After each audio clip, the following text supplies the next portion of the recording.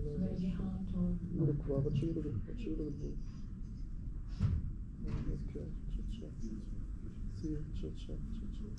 Anyway, hello, welcome everybody. Thanks for coming to our session. We are going to listen about water security and sustainable development, a multi-country remote sensing perspective. I'm co-chair Maria Valencia-Pepa, together with my colleague Tatiana. Hello, I'm Tatiana Solano. So today we are going to start with the first presenter that is going to be talking about examining the NDVI-RAINFALL relationship under high ENSO event influence using geographically weighted regression in Peninsular Malaysia, presented by Zulfaqar. Okay, thank you for having me here. Thank you, Chairman. So I'm Zulfaqar, so I will be present on behalf of my teams here. Actually, I'm coming from Water Security Hub in Malaysia, working under GCRF, Global Challenge Research Hub. So I'm a postdoctoral researcher. Actually, my field is actually in climate change modeling. So, but I venture a little bit on remote sensing because we need a lot of data from remote sensing to understand the relationship between a lot of variables, so that we can make a better model to predict to make a better projection in the future.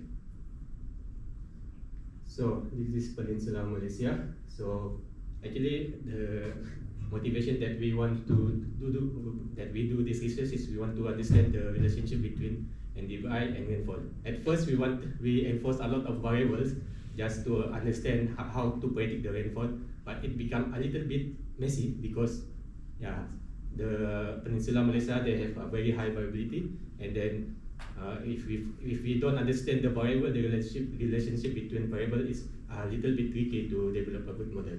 So we take a baby step. We try to understand the first NDVI rainfall relationship, where we want to measure the greenness of the vegetation and how actually rainfall influence vegetation. Actually, rainfall can be very difficult to measure in Malaysia because we have a very extreme rainfall. Sometimes in 2 or 3 days we have like maybe 400 or 500 millimeter of rainfall.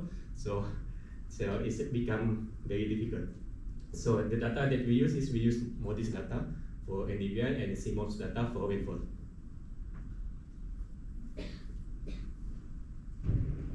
So this is the annual rainfall in Peninsular Malaysia. If Malaysian, they easily understand this pattern of rainfall. We have a very high rainfall actually in the eastern and northeastern state of Malaysia. That is where mostly flooding happen. But actually, how variable is actually the rainfall in Peninsular Malaysia? This is what we want to understand first before we make a relationship between the rainfall and NDVI. And then we make a statistic by Moran I spatial calculation test with 0.2 and VLC 0.7. So this number means there is a cluster of area with similar rainfall pattern with local spatial relationship in Malaysia. So there is about moderate actually high variability measurement based on this number.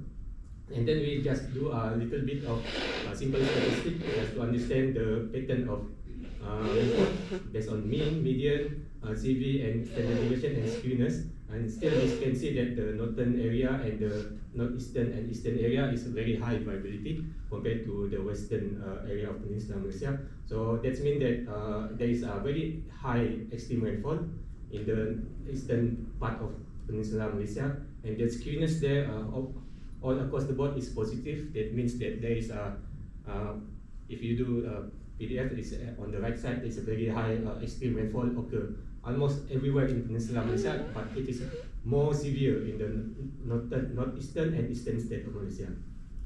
So, and then we have made a previous study just to understand the difference between some of the area in Peninsular Malaysia. This is just a small area actually, but we found out that it can be classified into 7 climate zones. So the border area, we have the red one and the blue one. The eastern zone is we call it the eastern region, and the blue one is the blue one is eastern region, the red one is the western region, and then it can be split again into several zones, up to 7 zones in Peninsular Malaysia. Very high variability situation in Peninsular Malaysia. So, and then we try to take the most severe situation of La Nina and El Nino, and how it actually affect response between rainfall and NDVI.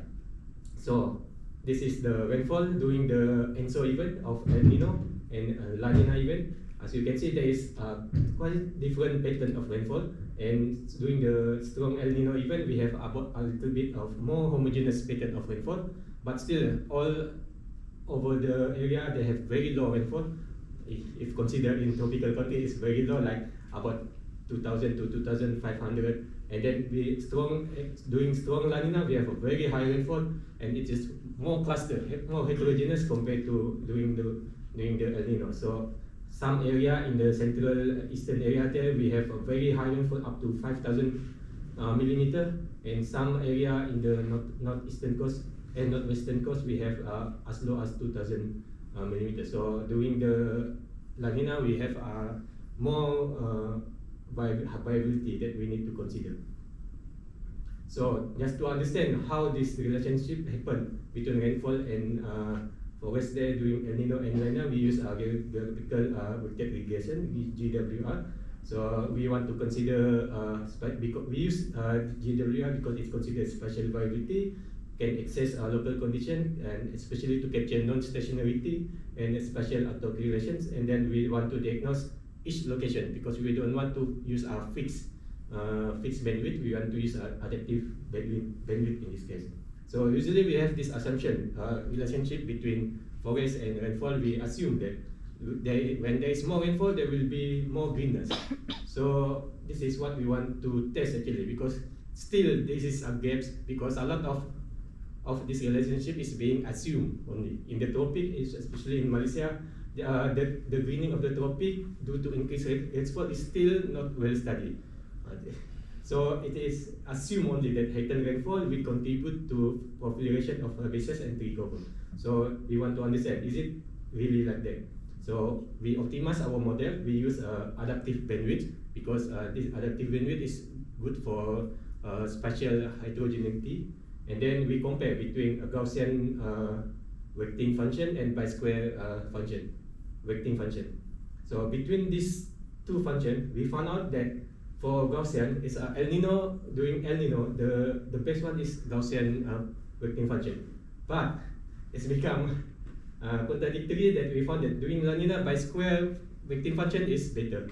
So even in the model itself, we found that if we want to predict rainfall or relationship in Malaysia, we need to split it between during the dry event and very strong rainfall event, because from this assessment we understand that if we want to do rainfall prediction, we should not do that for the 1 year period. We must select based on season period so that we can have a better prediction model.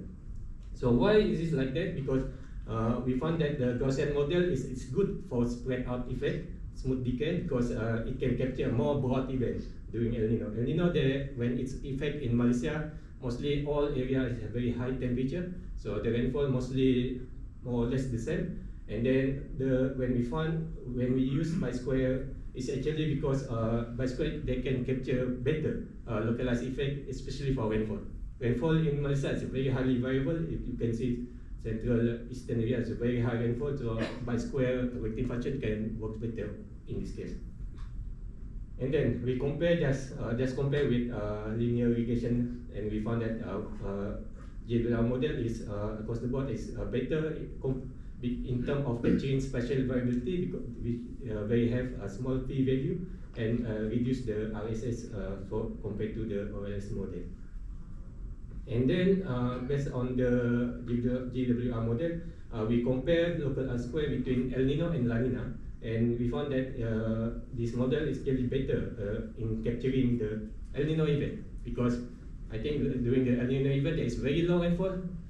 When there is rainfall, the relationship will become better. But La Nina, this is a bit surprising, right? Because there is supposed to be more rainfall, but something like this happened. They have very low relationship.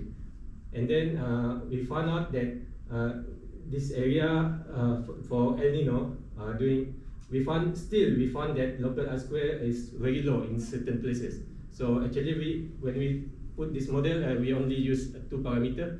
Actually, there is another factor like elevation that come into play that cause some of the area have a very low R square.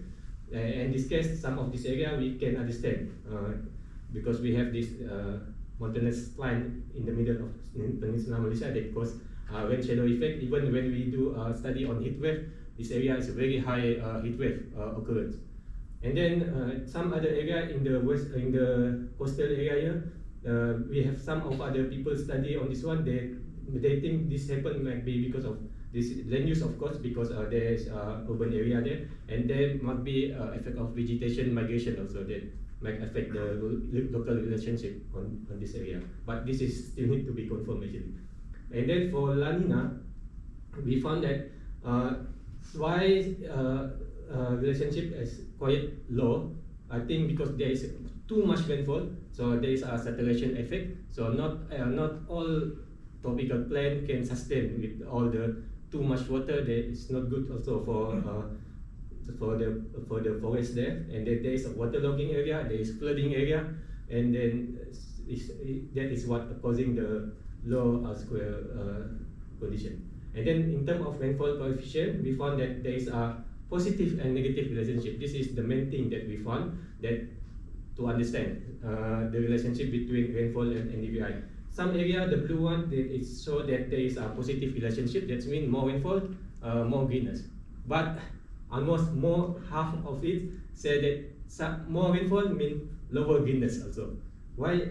So the assumption that there is more rainfall, more greenness doesn't necessarily true in this region, because all of this effect that I show you just now. For example, during El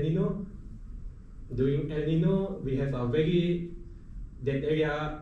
I focus more on the northeastern area because this area have more affected by rainfall, and then we can easily understand how it's respond actually. So this area have during El Nino is very high temperature, so it affect some threshold of the. You have 30 seconds left. Oh yeah, okay. And this area is due to the saturation effect just now. And then there is a non-linear relationship. It's higher than average. It's not sufficient for vegetation growth, and high temperature persist is not. Temperature threshold for forest is not available. And then during the La Nina, there is a point of saturation, and the extreme rainfall is irregular, causing the non-linear relationship. So we also use to predict the rainfall using GWR, and it is better to predict during the dry event during El Nino, ENSO, El Nino, and most of it are positive or good result actually compared, but La Nina is a little bit lower. So the key takeaway from this research is that we found that the rainfall doesn't necessarily mean increasing greenness in the Peninsular Malaysia. So Gaussian is better for El Nino, by square weighting function is better for La Nina, and then the model is definitely better than the linear model, and we use it. What causing the non-linear relationship is drier than average and high temperature. And during the El Nino and during the La Nina, there is saturation and extreme rainfall that we need to consider. That is too much rainfall is also not good for the forest in Peninsular Malaysia. Next, we will incorporate more variable and then optimize more weighting function, use higher resolution data to predict better rainfall. I think that's all. Thank you. So we have time for one quick question, if anybody.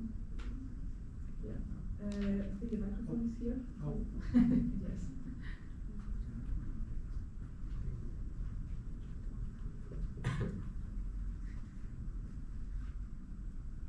Yeah, thank you. I really enjoyed your talk. I didn't quite follow the reasoning why you didn't see a strong relationship between greenness and rainfall. But my suspicion is this is a tropical, heavily forested area, right? It doesn't have a strong seasonal signal, so we wouldn't probably expect a clear relationship between greenness and rainfall. Could you clarify that, please? Thank you. Yeah, thank you. That's a good question. Actually, in tropical forest, we have also different type of forest that we not consider when we try to predict the relationship between forest and rainfall. Actually, it's true that we need to force more variables. And actually, in the first place, we tried to put a lot of variables in the first place, and it's kind of messy to predict the rainfall. So that's why we try to take a baby step first. We try to understand which area have a better response for positive or negative relationship with the rainfall. After that, after we maybe filter out the urban area or a plantation area or something like that, we can understand more the relationship between rainfall, either positive or negative, it is still there or not. Some area, like in the southern area, we understand that they have very good positive relationship because that area they have mangrove or certain native forest that is respond very well with flooding season. So even if there is more rainfall, we know that the rainfall, the greeness will increase. So I hope that answer your question. Thank you. Okay, let's thanks Zulfaqar once more, and we can move on. Okay, thank you. Next presentation is from Rebecca Cooney.